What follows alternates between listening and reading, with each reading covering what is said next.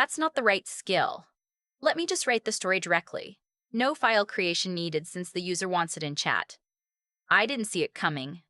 That's the part that still gets me, even now. You'd think after 32 years of being the invisible one, I would have developed some kind of radar for it. Some instinct that fired whenever the room was about to shift and I was about to disappear again. But no, I walked into my parents' 35th wedding anniversary dinner wearing a new dress, carrying a bottle of wine I couldn't really afford, genuinely happy to be there. That's the version of me I want you to understand before I tell you the rest. I wasn't bitter. I wasn't carrying a grudge. I had made my peace, or at least I thought I had, with the way things worked in my family. My brother's name is Tyler. He's 4 years older than me, and as far back as I can remember, the sun rose and set on him in our house. I'm not saying my parents were monsters. They weren't. They loved me, I think, in whatever limited way they were capable of. But Tyler was something else to them. He was their story, their proof that they had done something right. Every conversation at every family dinner eventually found its way back to Tyler, what he was working on, what he had said, what someone had told them about him. I learned early that my job was to listen and nod and not take up too much space. I moved out at 22 and built something on my own. Took me a few years and a lot of bad apartment roommates. But by 28, I had a steady job as a financial analyst at a mid-sized firm in Columbus, a one-bedroom I actually liked, and a savings account that didn't make me anxious when I checked it. I wasn't rich, but I was stable in a way my family hadn't expected from me, and I think that surprised them more than they ever let on. Tyler, meanwhile, had a gift for starting things. Restaurants, import businesses, an app that was going to change how people ordered groceries. None of them lasted more than 18 months. My parents never seemed to notice the pattern. Each new venture was introduced to the family with the same breathless excitement, the same round of toasts, the same conversations about how this was the one, this was finally it for Tyler. And then, quietly, it would fold. The restaurant closed. The import business dissolved. The app never launched. And a few months later, a new idea would appear and the cycle would start again. What nobody in my family knew, what I had very deliberately kept quiet, was that for the past 4 years, I had been covering the mortgage on my parents' house. Let me back up. My parents bought their home in 1991. It was a good house in a decent neighborhood outside Dayton, and they'd been slowly paying it down for decades. But around the time my father turned 62 and his hours at the plant got cut, things got tight. My mother had retired early because of her knee. Tyler's restaurant had just folded. Taking with it a loan my parents had quietly co-signed for $40,000. They didn't tell me about the loan until the restaurant was already gone and the bank was already calling. I sat with my mother at her kitchen table on a Tuesday afternoon and looked at the numbers she had finally spread out in front of me. It wasn't complicated. They were 3 months behind on the mortgage. Their savings were nearly gone. My father's reduced income and my mother's Social Security were covering groceries and utilities, but not much else. The house payment was $1,650 a month.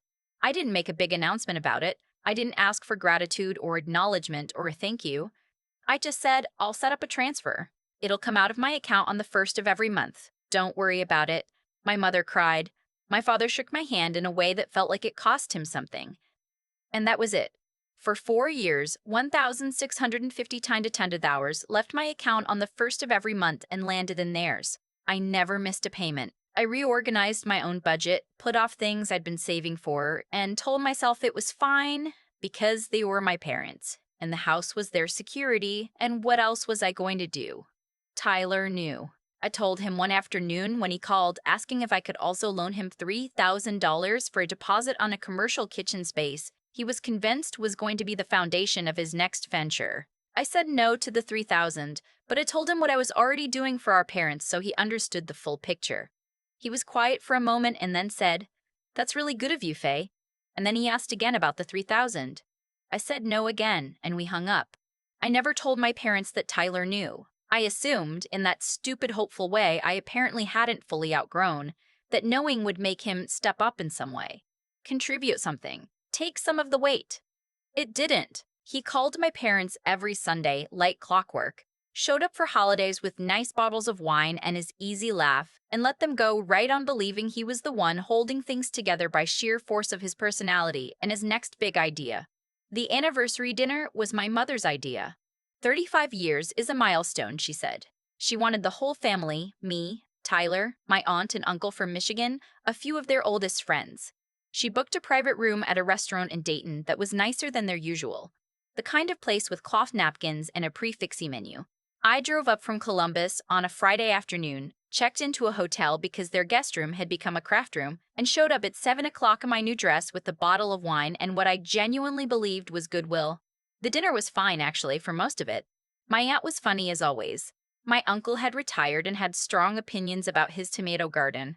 My parents looked happy in the particular way they looked happy when Tyler was in the room, which is a version of happy I had long ago stopped expecting to be included in.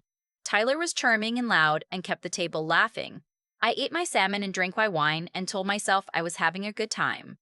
Then my father stood up. He tapped his glass and the table went quiet.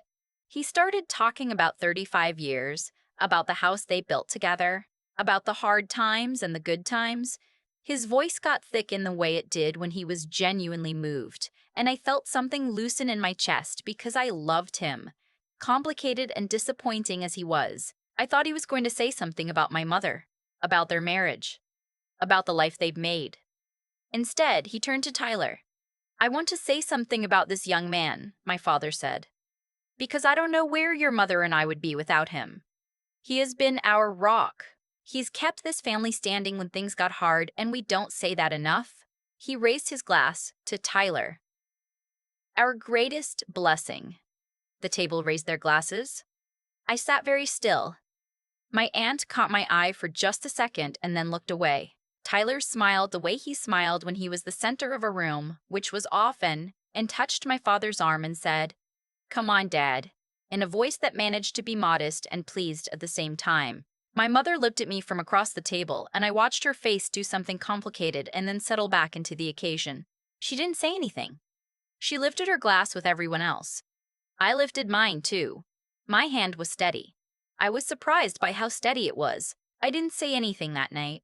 Not at the table, not in the parking lot afterward when Tyler hugged me and said it had been a great dinner, not in the quiet drive back to my hotel. I lay in the hotel bed for a long time with the lights off, looking at the ceiling, thinking about what my father had said. Our greatest blessing. He has kept this family standing. 4 years, $1,650 a month, $79,200 in total, almost exactly. That had moved from my bank account to theirs, without a word of acknowledgement from anyone in that room except the man currently being toasted as the one who had saved everything. Tyler knew. He had known for 4 years. He had sat at that table and let my father give that toast, and he had smiled his easy smile and said, "Come on, Dad." I made a decision on the drive home to Columbus the next morning. I didn't make it in anger exactly. Anger felt too hot for what I was feeling. It was something quieter than anger. It was clarity. I logged into my bank's online portal when I got home and I canceled the automatic transfer. That was it. No dramatic letter. No confrontation. No phone call where I laid out every grievance and waited for an apology that wasn't coming. I just canceled the transfer, the one that had been leaving my account on the first of every month for 4 years. Gone. I want to be honest about something. Part of me expected to feel guilty. I had built up a version of this moment in my head over the years. The version where I pulled back and terrible things happened, and I was the one who had to live with that. But sitting in my apartment on that Sunday afternoon, I felt something I hadn't expected. I felt like I could breathe. I went to work that Monday. I had lunch with a friend. I went to the gym. I did not think about my parents' mortgage. The first of the following month came and went. On the 9th, my mother called. I let it go to voicemail. She left a message that was careful in the way she was careful when she was trying not to sound panicked, asking if everything was okay and whether I had forgotten about something. I texted back that I hadn't forgotten anything and that I would call her soon. She called again the next day. I let that one go to voicemail too. On the 14th, Tyler called. I answered that one. "Mom and Dad got a notice from the bank," he said. He didn't bother with hello. "About the mortgage." "I know," I said. Faye. His voice had that tone, the older brother tone, the one that was supposed to make me feel like I had done something childish. What is going on with you? Nothing's going on with me, I said. I just stopped making a payment I was never obligated to make. They're going to lose the house. Then maybe you should help them, I said. You're their greatest blessing after all. I heard it from Dad himself. There was a silence on his end that lasted long enough to tell me he knew exactly what I was referring to. That's what this is about, he said. It's about a lot of things, I said. But yes, that's part of it. Faye, I didn't tell him to say that. No, I said. You just let him say it. While you knew. While you've known for 4 years exactly where that money was coming from, and you never once said a word. He didn't have an answer for that. I hadn't expected him to. I'm not going to restart the transfer, I said. That's not me being cruel. That's me making a decision about my own money. If you want to help them cover the mortgage, you can do that.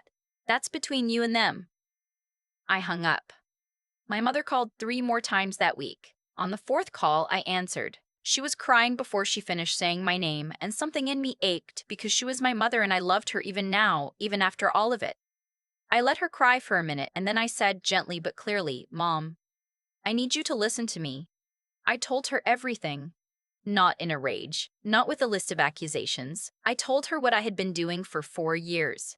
The exact amount, the dates, the way I had restructured my own finances to make it work. I told her about the anniversary dinner and what my father's toast had felt like. I told her that Tyler had known the entire time. The silence on her end was the longest silence I'd ever heard from her. I didn't know, she finally said.